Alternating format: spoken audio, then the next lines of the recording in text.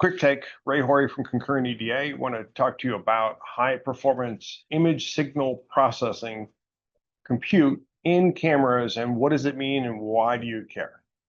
So when you get an image from a sensor and it shows up on your computer or from your iPhone, it actually goes through a whole bunch of processing. And so what I want to show you here is some of the things that you can do for image signal processing that we've done, put into an FPGA, and is useful for a variety of applications. So in this example, there's something called black level subtraction, and I'll go into that. We have flat field correction, and I'll describe that.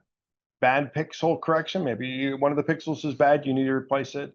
Demosaicing, where we take a bare pattern and turn it into RGB so we can see it. There's white balancing, there's color correction, and then we sharpening, and then we have tone curves, gamma, and other operations. But let me cover the first few. Black level subtraction, what is that? So in an image, what we really have is we put a cover over the image so that we get a black image. And now all the sensors on the image may not always be the same level of black. And so we may say, oh, okay, some are, when they're black, they actually have more signal than they should. And so what we can do is we can subtract things off. And so in this example, we have an image, but if I've already calibrated for a black level and this upper right pixel, maybe it's a little bright when it has the cover on, well, we want to correct for that. And that way, when we see the image, we can actually get a good image. So that's fairly simple. Most cameras do this. So this describes how we can do it. You cover it up, you capture it, and you can average it. And then you can do regions or you can do per pixel.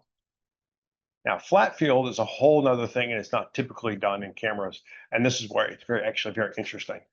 So if you have a darkening around the edges of an image, of vignetting, we have sensitivity variation. So each pixel has a different sensitivity than each other. We try to make them in manufacturing the same, but doesn't always happen. Or if we have dark shadows or dust particles that we see that's in the camera and we can't get rid of it, well, we can get rid of those things with flat field correction. So for example, if we look at this original image, and here's some fancy math that describes it, and I did a great job of it, so we're going to give them credit for that on that. So there's the link to learn some more. But here is an example of a bunch of flags with a light, and you can see, okay, here is, it's not quite uniform, and it's kind of dark around the edges. If we take the flat field, if we've already done that, you can then see the corrected image. It's not bright in the center, and it's not as dark on the edges. Now, the lower right-hand side, well, that's kind of occluded from the image, so that's actually part of the image. But you can see I have a much better image here. So first, we're going to get a uniform light.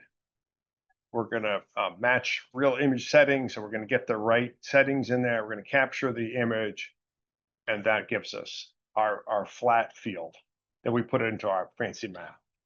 So in this example, we kind of took this key and made the image pretty bad, right? So we've kind of exaggerated a bit. But before we applied flat field, we saw this, and it really didn't look good. After we applied flat field, you can see there's lots of detail on the key. And this actually applies for AI. If I want to do AI, I don't want AI looking at this image and going, oh, well, it has to have a shadow to detect it as a key. Well, that's not really part of the real image. So flat field helps us out with that. So flat field in general, you have a light that's coming down. It's not dispersing perfectly evenly. We apply flat field correction, and then voila, we get a beautiful image back out. Thank you very much. Visit our website, concurrenteda.com. Bye.